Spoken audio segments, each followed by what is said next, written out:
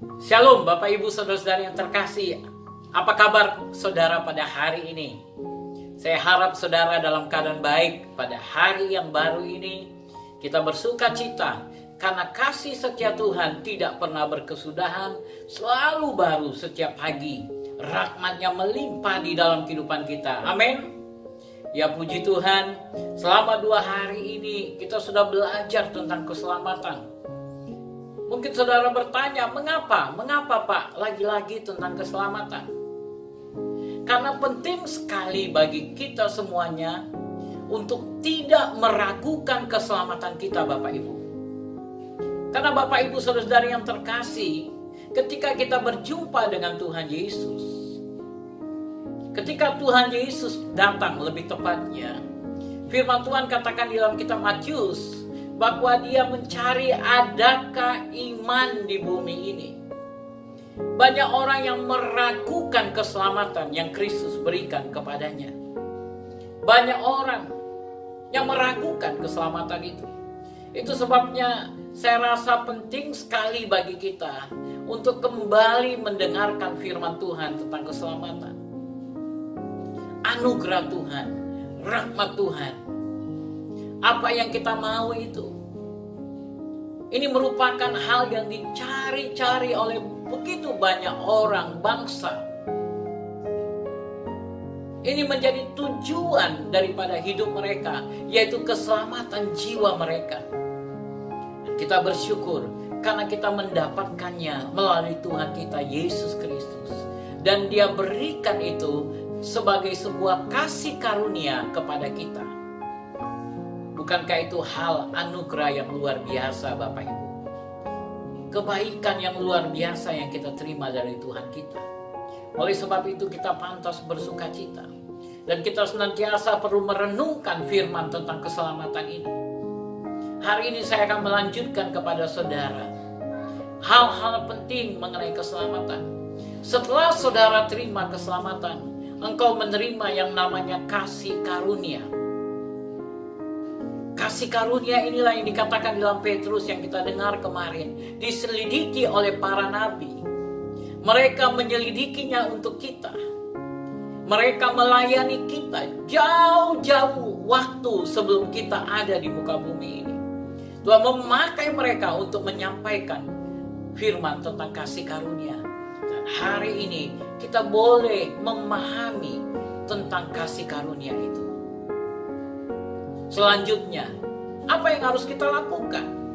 Dalam 1 Petrus pasal 1 ayat yang ke-13 berkata, sebab itu siapkanlah akal budimu, waspadalah, dan letakkanlah pengharapanmu seluruhnya atas kasih karunia yang dianugerahkan kepadamu pada waktu penyataan Yesus Kristus. Firman Tuhan katakan, sebab itu siapkanlah akal budimu. Akal budimu, akalmu, dan budimu. Karena 2 hal ini yang akan membantu perjalanan hidup kita. Menentukan perjalanan kehidupan kita. Karena kita diberikan akal, yaitu pikiran. Dan seringkali pikiran kita ini dikuasai oleh kuasa kegelapan, roh jahat, dan keadaan di sekitar kita. Sehingga akal kita seringkali jauh daripada kebenaran firman Tuhan. Itu sebabnya firman Tuhan katakan, siapkanlah akal budimu, waspadalah, hati-hatilah, dan letakkanlah pengharapanmu seluruhnya atas kasih karunia yang dianugerahkan kepadamu pada waktu penyataan Yesus Kristus. Letakkan seluruh pengharapanmu di atas kasih karunia yang dianugerahkan kepadamu. Kenapa kita perlu meletakkan pengharapan kita di atas dasar kasih karunia?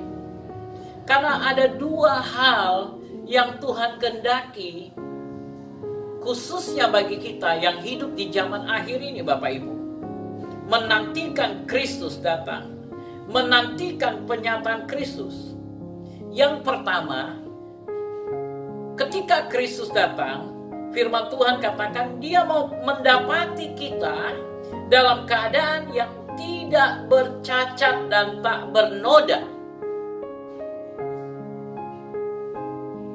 Itu sebabnya firman Tuhan katakan di dalam ayat 16 pasal 1 Petrus 1 ayat 16, kuduslah kamu sebab aku kudus. Kuduslah kamu sebab aku kudus. Bapak Ibu saudara-saudari yang terkasih, apa yang menyebabkan hidup kita tidak kudus? Yang menyebabkan hidup kita seringkali tidak kudus adalah apa yang ada di dalam pikiran kita, akal kita.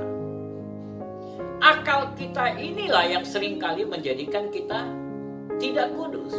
Karena seringkali pikiran kita dipengaruhi dari apa yang kita lihat, apa yang kita rasakan, keinginan mata, keinginan daging, serta keangkuhan hidup. Dan semuanya itu membawa kita kepada kehidupan yang jauh daripada Tuhan. Hidup di dalam dosa. Itu sebabnya kita perlu menaruh pengharapan kita itu di atas kasih karunia. Karena apa yang bisa dilakukan oleh kasih karunia? Di dalam Titus pasal yang kedua, ayat yang ke-12, saya baca dari ayat yang ke-11. Karena kasih karunia Allah yang menyelamatkan semua manusia sudah nyata. Ia mendidik kita supaya kita meninggalkan kefasikan dan keinginan-keinginan duniawi, dan supaya kita hidup bijaksana, adil dan beribadah di dalam dunia sekarang ini. Firman Tuhan katakan bahwa kasih karunia mendidik kita. Jadi ketika kita menaruh pengharapan kita di atas kasih karunia, maka kasih karunia ini akan mendidik kita supaya kita meninggalkan kefasikan dan keinginan-keinginan duniawi, supaya kita hidup bijaksana, adil dan beribadah di dalam dunia sekarang ini. Mungkin saudara berkata, firman ini ditulis 2000 tahun yang lalu.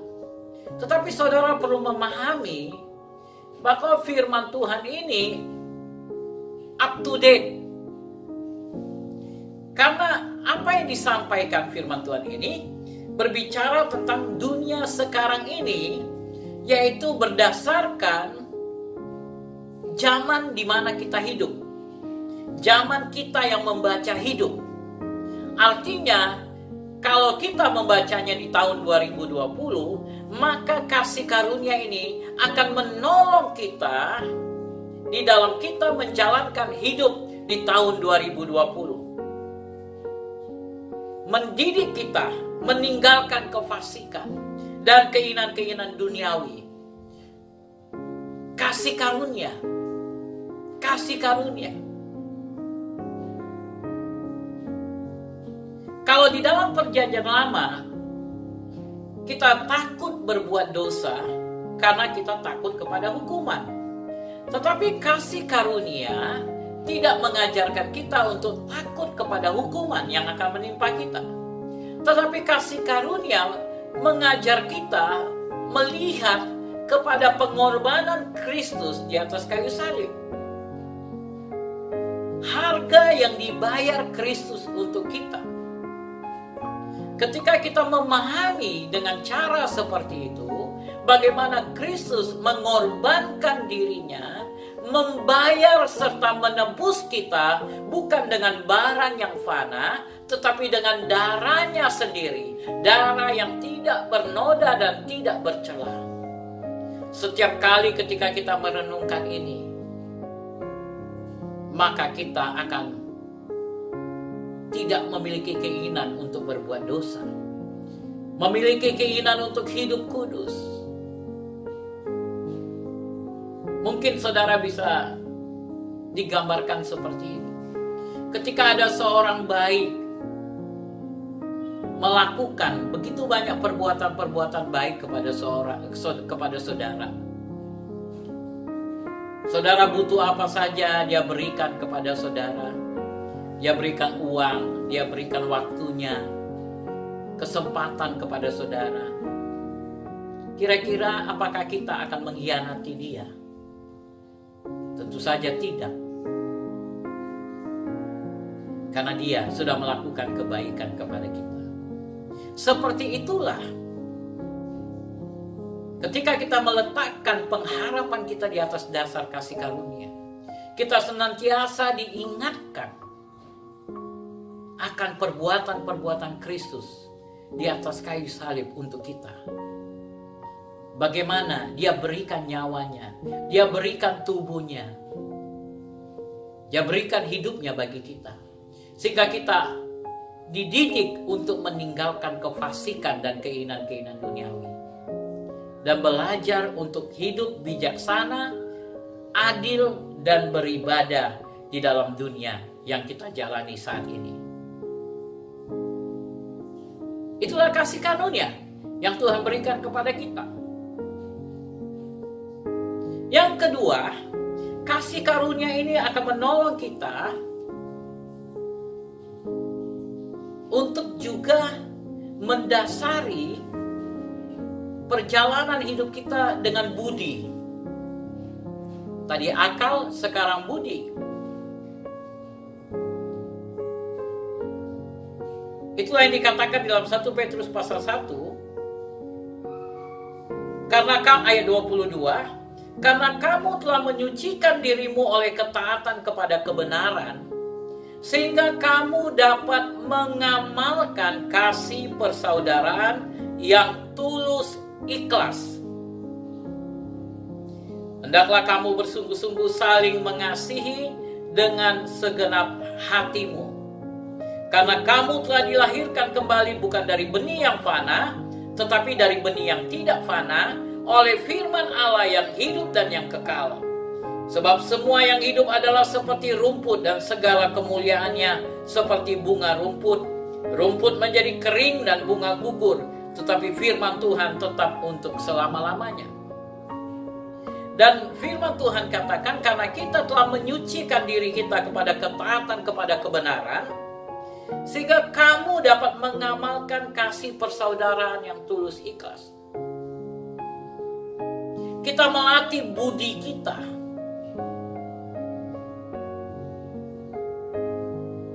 Budi kita untuk hidup mengamalkan kasih persaudaraan dengan menyadari bahwa hidup saya itu seperti rumput dan bunga rumput yang hari ini ada, besok mungkin sudah tidak ada.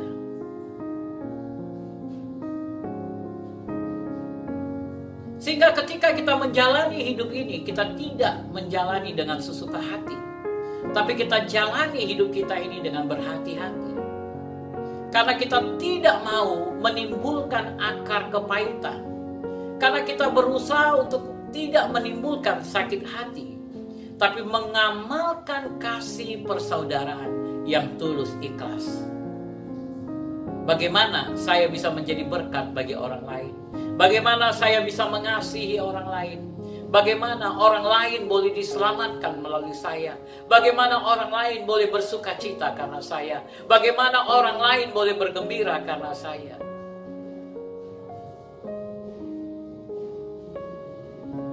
Itu sebabnya dikatakan, siapkanlah akal budimu.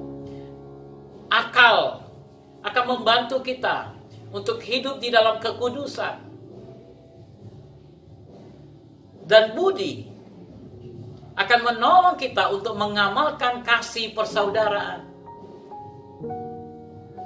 Hidup di dalam kasih. Karena itulah yang Kristus kehendaki bagi anak-anaknya. Agar kita mengamalkan kasih persaudaraan. Hidup di dalam kekeluargaan.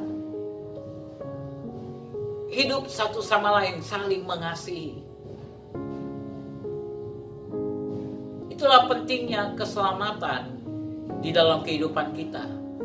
Ada kasih karunia yang kita terima. Dan untuk mengamalkan kasih persaudaraan ini juga, kita bisa melakukannya dengan kasih karunia. Kasih karunialah yang memampukan kita. Tuhan Yesus pernah berhadapan dengan orang-orang Yahudi, dengan tokoh-tokoh agama mereka, yang membawa seorang wanita yang kedapatan berbuat zina. Mereka bawa rombongan mereka dengan lengkap batu, karena mereka berpikir bahwa Yesus pasti akan meminta mereka untuk melemparkan batu kepada wanita itu sampai dia mati. Karena itu merupakan adat istiadat orang Yahudi. Tetapi justru apa yang mereka harapkan tidak seperti yang mereka pikirkan. Apa yang Yesus katakan? Kalau ada di antara kamu yang belum pernah berbuat dosa, maka biarlah dia menjadi orang pertama yang melempar batu kepada wanita ini. Dan kemudian dia menundukkan diri menulis di tanah. Apa yang terjadi? Apakah wanita itu kemudian mati karena dilempar batu? Tapi kenyataannya ketika dia mengangkat kepalanya, dia melihat wanita itu masih berdiri di sana. Dan justru para tokoh-tokoh agama Yahudi sudah tidak lagi ada di sana. Dia melihat batu berjatuhan di mana-mana. Dia bertanya, "Hai wanita, apakah mereka tidak jadi melempari kamu dan menghukum kamu?" Wanita ini berkata, "Tidak, Tuhan. Kalau begitu, aku pun tidak menghukum kamu. Pergilah dan jangan berbuat dosa lagi." Bapak, Ibu, Saudara-saudari, itulah kasih karunia. Kasih karunia. Kasih karunia akan mulai mengoreksi hidup kita dan mengingatkan kita bahwa saya pun manusia berdosa seperti yang lain. Aku manusia berdosa seperti yang lain. Aku penuh dengan kekurangan. Aku penuh dengan kelemahan. Aku tidak boleh menghakimi orang lain. Itulah kasih karunia. Itu sebabnya dikatakan persiapkan bukan hanya akalmu tapi juga budimu. Karena kita akan berhadapan dengan begitu banyak manusia yang ingin menghakimi kita, yang menuntut sesuatu daripada kita. Dan kita juga menuntut sesuatu kepada orang lain. Tapi firman Tuhan katakan, amalkanlah kasih persaudaraan dengan tulus ikhlas. Dan kita melakukannya dengan kasih karunia. Meletakkan pengharapan kita di atas dasar kasih karunia. Bahwa aku mendapatkan keselamatanku atas anugerah Tuhan. Anugerah Tuhan semata. Maka aku boleh ada sebagaimana aku ada saat ini. Semua karena kasih karunia. Semua yang kumiliki, kekayaan yang kumiliki, uang yang kupunya, rumah yang kupunya, harta yang kupunya, istri, suami, keluarga yang kupunya, semua karena kasih karunia. Ketika kita menyadari akan hal itu, kita akan bisa hidup di dalam kasih, mengasihi satu dengan yang lainnya. Oleh sebab itu, bersukacitalah pada hari ini, karena roh kasih karunia ada bersama dengan kau. Letakkanlah pengharapanmu di atas dasar kasih karunia itu. Maka engkau lihat, kemanapun kau pergi, dimanapun engkau berada, kasih karunia itu akan menolong engkau, membantu engkau, menyertai engkau. Tuhan memberkati. Mari kita berdoa. Bapa yang baik, kami sudah mendengarkan firman-Mu. Biarlah firman ini menguatkan kami semua. Kasih karunia yang Tuhan berikan kepada kami, untuk membuat kami bisa hidup kudus, meninggalkan kefasikan dan keinginan-keinginan duniawi. Dan kasih karunia juga membantu kami untuk hidup di dalam kasih, mengamalkan kasih persaudaraan dengan tulus ikhlas. Dan kami bersyukur untuk kasih karunia yang Kau berikan. Dan aku berdoa untuk setiap anak-anak-Mu yang mendengarkan firman-Mu pada hari ini. Biarlah Engkau membantu mereka, menolong mereka mengerti dan memahami firman Tuhan ini, dan hidup dalam berkemenangan dari hari ke hari di dalam kasih karunia Tuhan. Terima kasih Bapa. Kami bersyukur untuk saat ini. Di dalam nama Yesus kami berdoa. Amin, amin, amin. Kiranya Tuhan memberkati saudara. Tetap semangat dalam menjalani hidup ini. Stay safe. Jesus love you.